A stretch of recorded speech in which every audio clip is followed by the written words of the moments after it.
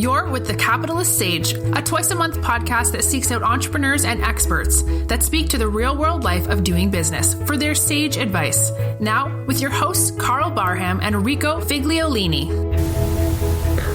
Welcome to the Capitalist Sage podcast. We're here to bring you advice and tips from seasoned pros and experts to help you improve your business. I'm Carl Barham with Transworld Business Advisors, and my co-host is Rico Figliolini with Mighty Rockets Digital Marketing and the publisher of the Petrie Corner magazine. Hey, Carl. Hey, Rico. How you doing today? Good. Good. Why don't you tell the audience a little bit about our sponsors? Sure. Well, one of our main sponsors is Atlanta Tech Park. We're right here in the podcast studio. It's a great place. This is a place that Robin Bonfay, I think I'm pronouncing that Bonfay right. is correct. An executive from AT&T, BlackBerry, and Samsung. She's the one that started this place. It's made to really help innovators engage entrepreneurs and startups and to sustain the startups from going to go even further. So this is here in Petrie Corner's Tech Hub, and it's doing great. So we're out of this. CMX Cinebistro is a dinner movie theater with reserved seating, chef-prepared food, scratch kitchen. This should be a 4-star restaurant that just happens to show movies. Cool. So great love seats and great cocktails. Everything's from scratch, even desserts from scratch. If you haven't tried it, you need to go. Their website is cinebistro.com, and I think they're playing Men in Black and Dark Phoenix this week. Explore Gwinnett is our third sponsor. They've been around for a while now. They're the Tourism Bureau of Gwinnett County, and we're the most diverse county in the state, and so they have a lot of work to do. They just recently started up Soul Train, which is about Korean food, and you buy tickets, go on a bus ride. There's about 4 or 5 different Korean style restaurants. That sounds yummy. It is, and it's a great thing, and they've sold out. I think they might still have some tickets for August. Maybe, but they've sold out the first rounds of doing that. So great places. Explore Gwinnett. You can find more things to do in Gwinnett County at exploregwinnett.org. Fabulous. Yeah. Well, thank you very much. Today's guest is Todd Wall, president of E Squared Equal P Incorporated and founder of the Drone Racing Club. Yes. As an experienced technology entrepreneur, he's a consultant, a technology evangelist. He's going to help us talk about how we can leverage technology, the opportunities to unlock more value in your business. Sure. If you're looking at doing a tech startup, looking at some of the trends going forward in spaces where we need people out there creating businesses, solution right here in Technology Park in Petrie Corners and all around the great city of Atlanta. Todd, thank you for being a guest today. Yeah, man. Glad to be here. Thanks for having me. Appreciate that. Why don't you tell us a little bit about your experience and a little bit about yourself for the audience? I guess I can kind of give you a brief background. I wasn't exactly the best student in school, in high school, that is. So, but I did spend a lot of time around business men and women in the mostly in the Augusta area. That's where I grew up, and lucky enough to have rubbed shoulders with some of the very successful business folks in that area because I volunteered for the Greater Augusta Chamber of Commerce through my teenage years.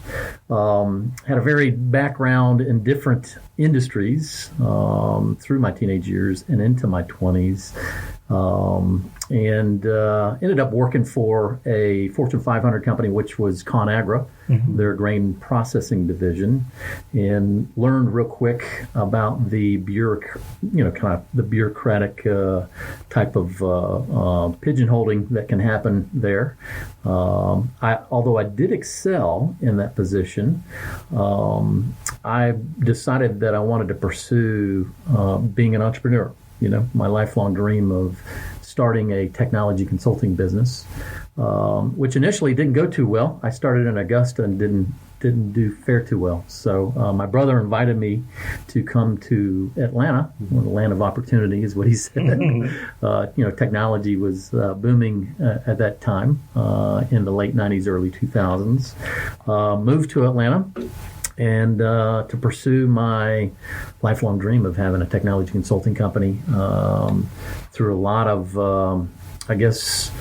grit and determination, I was able to, build a good, sustainable career and income, and I just exited it back in 2016, a successful sale. Where I pivoted into drones, part-time and full-time. I did a stint at the world's largest community-based drone racing league called MultiGP. I was the president and COO there. It's a startup. I worked with them for a little over a year, and then pivoted into doing my own, the thing I'm passionate about, which is helping businesses to, recognize opportunity, build value, and look at what the long-term goal is and how to facilitate, an exit if there is one needed there, right? Yeah. But that's me. Cool. Well, maybe I start a little bit about some of your experience when you started up technology businesses. For folks out there that are in that journey right now, what's some of the things that you learned that you didn't expect that you think a lot of people may miss when they go down that path? Let's see here. So there was two major lessons that I wish I had implemented as early as possible. Is whether you're doing that solo entrepreneur kind of initiative or not. Start off with a good ledger, like a QuickBooks. Spreadsheets are good, but they don't necessarily give you insight into the details, right? Or warn you about the potential income to expense ratios going upside down. So moving into a platform, business management solution or piece of software that helps me gather the information and process the information and act upon it was a good start component.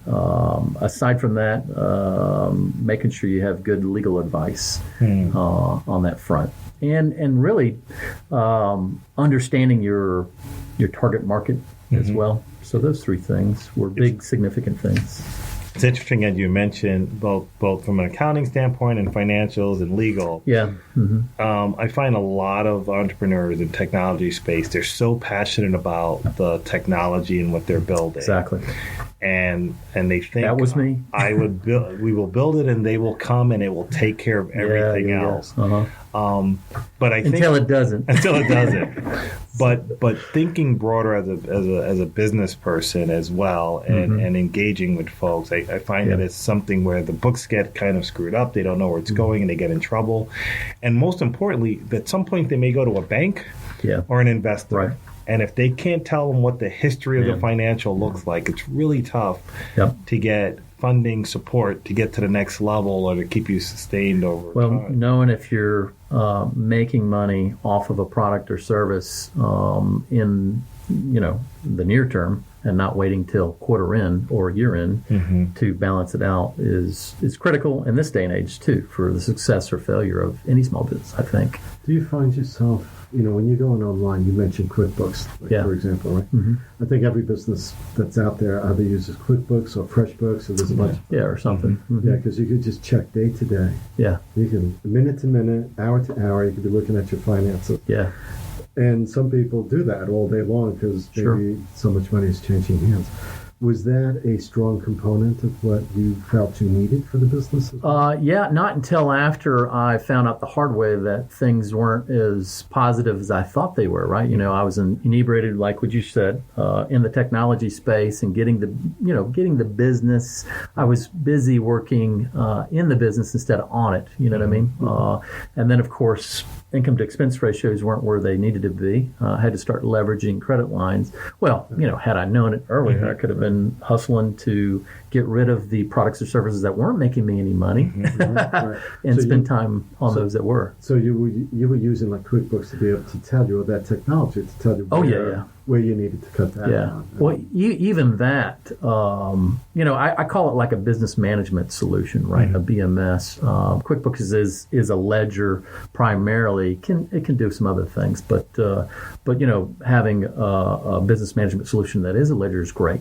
But it's only as good as just like any database, right? The quality of the input dictates the quality of the output and the time at which you're doing it. So I went from, those receipts and all those things piling up and having to do catch up. I hated to doing it in real time, which helped drastically and getting into that rhythm. So, if you're like me, the finance was not the strongest suit in my, experience, back pocket kind of thing. But, you just got to do the hard things sometimes. Would you recommend to someone if they recognize that about themselves today? Yeah. Either outsource it, get a partner they can trust to keep on top until they either get more comfortable with it or at least get the foundation set strong. Yep. I absolutely am a proponent, especially with small businesses. If you don't have the time or talent, you better outsource it. There's no two ways about it. You leverage somebody else at a reduced cost rather than having to hire somebody full time. Yeah. Outsourcing in this day and age is paramount to, I think, a startup to really migrating through the survival operational maturity wise, I talked to a business owner the other day, and we had this really interesting conversation just on the accounting thing. Very successful professional, and spends a disproportionate amount of time doing reconciliations and accounting work, and not able to really do a very good job of it, of course, that happens. But what's interesting, when a buyer is looking at that business, and they see a line that says, well, I do it myself, so I only pay an attorney, an accountant once a year to do my taxes, $500. Most buyers will add that cost back in and decrease the, just because you chose not to spend the money there. Sure. If your books aren't in good shape, they're gonna take a hit on that, on the value of your business, because they're looking. He said, well, obviously, if I come in, someone's got to fix it and sustain it. So that's expense is real, just because you chose not to do it. That's funny, because the first year of one of my businesses, I did that, and the CPA had to spend hours fixing the stuff I put in. Oh yeah. After that, it was like I hired a bookkeeper out of state. Yeah. 2 hours a month. She just did the work and made sure everything was in the right place and categorized correctly. Saved you money. Right, getting that consultation early to, hey, what do the chart accounts need to look like, and what do you need to track inbound and outbound is crucial, not only to you, again, having quality data to record and track, but also to ensure that you are building value in those books as well, right? In other words, what information do I need to see, and what information does my accountant need to see to advise me properly, as opposed to, what information would an investor or prospective buyer need to see. Even if you're not selling, it's better to, you never go wrong by building value in your business on all parts, right? Yeah. Are there other technologies, online technology, or even apps or other things that you find useful? There's some specific to different types of business, right? If I'm in the service business, for example, in the IT business, which was my company that I did was IT consulting, service, and support, there's a business management solution that is a sub-ledger that works in tandem with QuickBooks, which brings to the forefront the CRM component, right? The daily workflow management component. For us, it was project and what we call trouble ticket management. And then, of course, beyond that, we used another tool that integrated with all three, QuickBooks, this BMS solution, and which was a monitoring and alerting piece for the technology itself, the servers, the workstations, that kind of thing. And I really, just to talk to that fact, there are a lot of different platforms that deliver different levels of functionality based on the business, or the industry. Right. But the key to that is in this day and age, having integration or the ability to integrate those platforms together, so you don't end up with data silos, which can be the death of you. That's interesting, because Salesforce is like that, right? With all the modules, you have to plug in, make sure your sales team is doing the right thing. Sure. And still have a broad range of data coming to them. So I remember, if you look at like the evolution of kind of technology, it was all about the technology itself and the drives and so on. And that got us up well into the 2000s. We had a .com, we've had Sure. drones coming in, Yeah, and yeah. automate driverless car technologies, and all these things that are widget based and so on. If we were to look going into the future, and you were an entrepreneur coming in, and you had time, energy, and excitement, Okay. what areas of technology are you seeing a lot of great opportunities and activity in now? So there's a couple big things I think that are going to change a lot of different industries across the board. One of which is artificial intelligence, machine learning, that kind of thing. I think it's the first time in history where hardware development and processing or power capabilities is nearly on par with the software. You know, it used to be way back when the hardware and processing capability or power was not on par with the software development, meaning, hey, at one point it used to be the hardware was well advanced and the software capabilities could not maximize that. And we've been in the reverse where, hey, the software capabilities, the programming capabilities overstrains what the hardware can do. Now we're at a point where it's fairly matched, and we're doing some incredible, amazing things with that technology as far as hardware and software capabilities, which, you know, the result is the autonomous cars, right? The result is autonomous drones. The result is artificial intelligence being able to really kind of fudge on the Turing test, which is trick somebody into thinking that a computer program is actually human, right? We've got Alexa in the home. We've got, you know, that interacts with you. You've got Cortana with the Microsoft platform, Google AI. But those are just interacting on a reactionary basis. Yes, right. They're working on things now that's even more advanced. Oh, yeah. Right? Oh, without a doubt. It used to be AI as a function was more of a dream type of thing, right? Where computer systems could be able to literally look at different types of information, right? That and relate them together, and then actually act upon them or do a predictive analysis on them. It's changing the way big business. I mean, look at Amazon.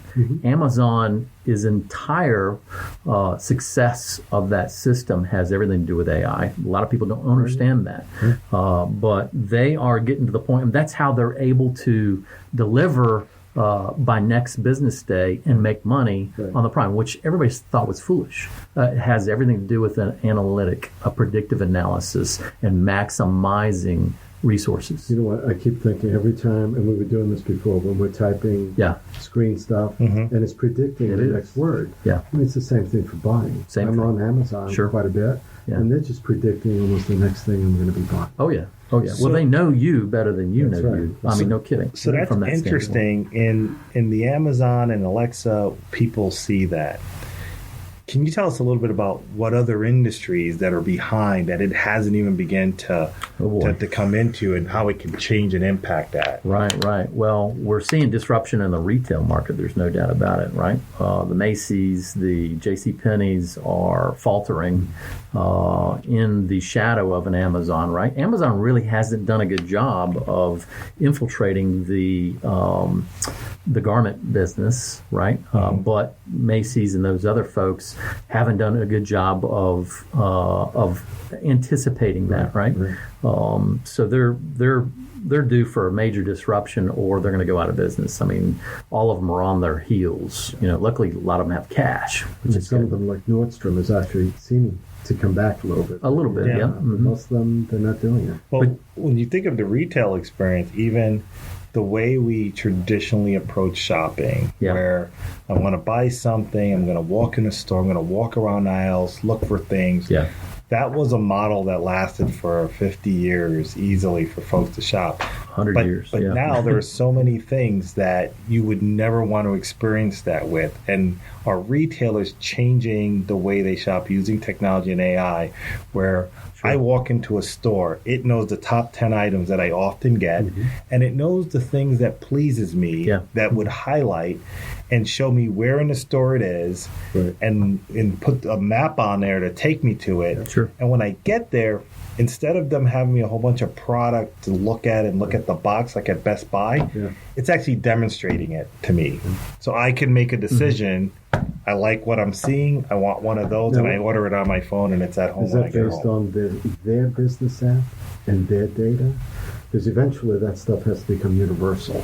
Right. Because no one's going to have 100 apps on their phone. Right. I mean, eventually that whole thing has to be UI, has to be cross everything. I should be able to put my glasses on and be able to see an augmented reality, right? Is that where we're going? I think that has part to do with it. I still think human beings are, still base everything off of sensory exposure, touch, feel, smell, see combination, and that's what really resonates with us.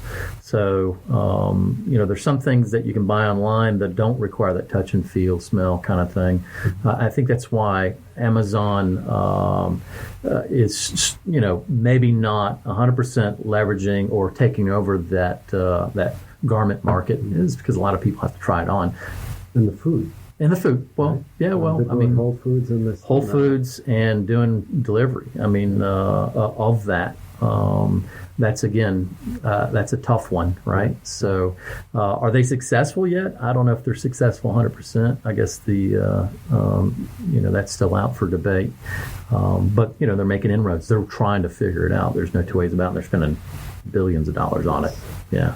I don't know if you remember, but there used to be a delivery service that used to leverage brick and mortar grocery stores. Peapod? It was Peachtree. in Atlanta? Yeah, it was here in Atlanta. It was almost 8 years ago. Yeah. And I think Peapod up in Massachusetts did something like that too. Yeah. You could order it, they'd go pick it up, drop it off. They got bought by Stop and Shop at some point. These companies are, but I could see, I was talking to a business owner the other day, and he had a product or service for just small scale retail, and something as simple as a dry cleaner. He was explaining to me the process around that. And so you ever go in there, you give them your ticket, and they hit the button, and that the conveyor comes around with the clothes, and you wonder, what are you even looking at when you know to stop it exactly at that spot? And they said, well, today you could have it where something embedded in the clothes, each garment, in a button even. RFID or something, And every time you drop it off, they don't have to ask your ticket or anything. It goes in, gets washed, cleaned, stacked, and all that transaction happens. You pay for it, and when you get there, you drive up, and the thing starts moving and just stops right at your spot. Right. Yeah. And I said, that sounds like a great idea someone could possibly do, because labor, technology, you've got 4 or 5 people. And the data they will get, because they know which brands you brought. You just brought them. They know the time of day you're going. I mean, it's just something. But let me tell you, it's already done. He then walked over and showed me it in operation already. That solution already exists. So I see traditional, something as simple as a retailer implementing technology in a new way. So what types of opportunity do you see just regular business people just not even leveraging what they may already have in there? Yeah, I think it a lot of it has to do. I really feel like, since we're in the information age, we're in the information revolution, right? The key to success on the small business side to the big business side, and again, a lot of the big business are good examples of this, is the speed at which you gather data, process that data, and act upon it is going to be a key differentiator between you and your competition. I'm consulting with several different businesses on what does that look like, right? And again, having a platform to gather that or at least process that data is going to be essential and key. And then leveraging not only software but hardware to gather that data, just like you're talking about, right? That the sensor aspect could be computer vision aspect. It could be location-based information through an app that the users are using, like Target uses, right? There's been some controversy about that as well. What should be considered private information about an individual, and what should be owned by that company is tricky. Do you find what I find with my kids? I have a 24 and 22 and a 15-year-old. None of them care almost. Well, I shouldn't say that. One of them does care because he's a bit of a conspiracy person, right. And he's a journalist major, so he can feel that. Yeah. But for the most part, they don't mind giving that information out. Right. Because it's just life is easier for them. Sure. I mean, they buy things on Instagram sometimes. I mean, you can't do that now. Yeah. They see things that their friends are doing. And all that data that's out there, all that sharing, all that Venmo payments, even just making a payment is a social interaction that most of them don't even keep private. Right. So it's there's so many various places that you can get that info. Well, I mean, but they won't share it with the business, though, right? What's that? What do you mean? Let's say Venmo becomes a mode of payment to you. You're a business, you're using Venmo, you can pay for my product through that, through PayPal. Can you get that data as a business person? As a business person, you do have some access to the data, and I'll just give you an example. So if I'm a Visa or MasterCard, they typically own that data and don't necessarily parse it out to the vendor or the merchant, 100%. So a lot of these companies come out with their own credit cards, right? So that's one way of owning the information. Good example is Target using the Red Card. I don't know if you know what that is, right? They wanted the transactional level information about that individual and how it relates to the demographic is really what they want. And Venmo has their own card. Yes. Because this way they don't have to deal with the banks. Right. And you can just leave it right with them. Oh, yeah. Well, I think our banking system, too, you're talking about a disruptor, needs to be totally rethought. I mean, it used to be that you had to have your money held somewhere, no matter what. But it was when it was paper. Right. And so we're not living in a paper money society anymore. It's more digital than it is paper. And the banking system and even the government oversight, it's still tied to paper in the most ridiculous way. So the speed at which a transaction can happen, if a traditional bank's involved, is slow, cumbersome, it's risky, to be honest with you. Even nowadays, if you're doing a certain transaction, you're doing it electronically, and they said, well, by 4 o'clock, you have to get it done, and it can post and so on. And I know for a fact that technology exists where it could absolutely do that, but the policies, laws, practices. If I can give my daughter $40 at 8 o'clock at night because she needs to get gas, and she has the card, she can pay for that gas. There's no reason why it can't happen any other way. There are some transactions that still take 4 to 5 days to clear, especially the larger ones, and I understand there's controls, but I think there's security. There's things in place already that could allow even larger transactions. Well, and to be honest with you, not to talk about cryptocurrency, but the technology behind cryptocurrency is going to revolutionize every bit of that, and has already started to. Blockchain is what I'm talking about. Is how to validate information and justify it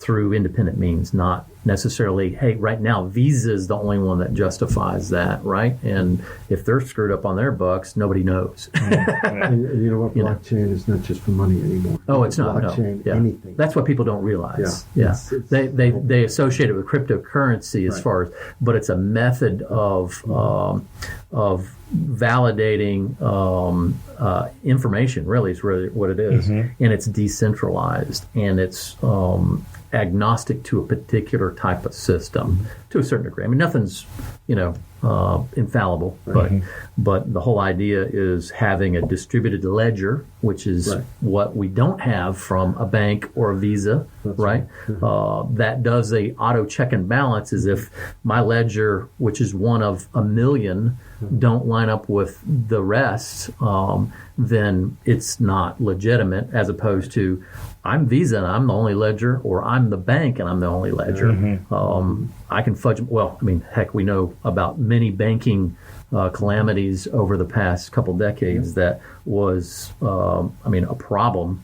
The mortgage industry just went through a flop, right? And because of that single ledger kind of fallacy that's secure. It's not. And a bunch of other things. Yeah, a lot of things. Well, it's amazing though when you think about where technology has taken us now, and I know we just scratched the surface of stuff we could do. We'd love to continue. But wanted to maybe learn a little bit about anything you got coming up or going on where folks can reach you and contact you to engage in and learn more about the opportunities available to them. I can be found on Twitter, LinkedIn. It's Todd Wahl, WAHL, that is, and Todd with 2 Ds. Same thing with Facebook. Plus, my website is E2, the actual numeral 2, ep.co, not .com. So you can find out more information about my company, E squared equals P. But as far as the future is concerned, I'm looking for businesses that are in need of help, basically organizing their business, prioritizing things like, process and strategy, and looking to build value in their business. I also act as an owner advocate, not a broker necessarily, but an owner advocate or advisor on, well, how do you build value in your business, whether you want to exit or not. You're going to benefit from it. Well, right? I see a tsunami coming of folks that are looking to retire or transition out. Oh yeah, baby boomers. And they've got enough time and foresight now to engage with folks like yourself to get their house in order, understand how to position their business for an exit if that's what they choose, or passing it on to their children. It's kind of like doing housekeeping and get your house in order before you make that transition. But I want to thank you very much for sharing some of your advice and wisdom and some of your experience, and just really beginning to get people to think about technology in a different way, ways it could help them, the way that it could help improve the value of their business, and just opportunities out there. There's a lot of new opportunities that we want smart people, hopefully here in Petrie Corners, to figure out solutions, start companies. But they're there to be had for those to do it. So thanks for sharing some of that. Yeah, I would even advise those small businesses to analyze what they know about their technology they use, right? Or analyze what's now available out there in the market as far as emerging technologies and how it can benefit their business. So if they go through that exercise, I promise you it'll be an eye-opener for anybody that hasn't done any major changes in the last 3 years, because a lot of that stuff has had serious impacts. Absolutely. It's either going to put you out of business or it's going to put you at the forefront of business, no doubt about it. Sounds good. Well, thank you very much, Todd. I'd like to thank Atlanta Tech Park for hosting us, of course. Great place, by the way. Capitalist Age podcast. And so if you ever want to stop by 107 Technology Parkway in Petrie Corners and visit the site, and if you're thinking of doing some technology business, meet some of the tech companies and businesses that are here locally. Incredible vibe here, by the way. I love it. This is a great environment. Yeah. I'm Carl Barham with Transworld Business Advisors of Atlanta Petrie. We're here to just help the local business community with figuring out all these complex things around how to value their business, how to position their business for maximum value whenever they choose to make a sale. So you can reach me at kbarham@tworld.com or check out Transworld, www.transworld.com. Tworld.com, Atlanta Peachtree. And Rico, why don't you tell us a little bit about what you've got coming up? Sure. My name is Rico Figliolini. If you can say that, Rico's fine. Tongue twister. Yeah, definitely a northerner. I come from New York. I own Mighty Rockets. MightyRockets.com is where you can find out most of what I do, which is social media, online content, videography. I'm also a publisher of Peachtree Corners Magazine. You can visit that at livinginpeachtreecorners.com. And I want to thank Annie Fogel for being behind the cameras, good job, for Annie. doing a good job there. Great job, Annie. She's from Norcross High School, and we normally have Quinn Watt from Paul Duke High School, so this is sort of giving a little equal time. Equal time, absolutely. That's good. So thanks, Annie. 2 great schools. Really great. Well, we want to thank everybody for the We have more episodes coming up. We'll have, Rico, we've got urban farm business, someone that has an interesting story, converting from big industrial farm to small farming. Yeah. And we've got another local business owner that's in the food and beverage space coming up with lots of other guests to just talk about some of the things that they can share with us. So thank you for tuning in. It's the Capitalist Sage podcast. Signing off. Have a good day, everyone. Thank you. Thank you. This has been the Capitalist Sage with Carl Barham and Rico Figliolini, the twice-a-month podcast with entrepreneurs and business experts. We hope you enjoyed this episode. Want more? Visit our website at capitalistsagepodcast.com.